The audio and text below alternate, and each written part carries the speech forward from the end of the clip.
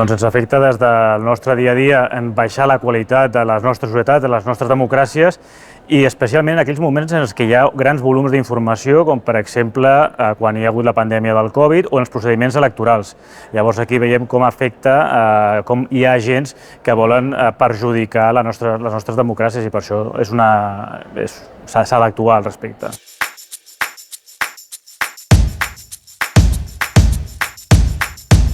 Aquí el Parlament Europeu, al llarg de la legislatura, ha estat aprovant legislació que afecta a fer front a la desinformació, des de la directiva de serveis digitals, justament per tractar a les grans plataformes de xarxes socials com ara X, Instagram, etc., perquè adoptin mesures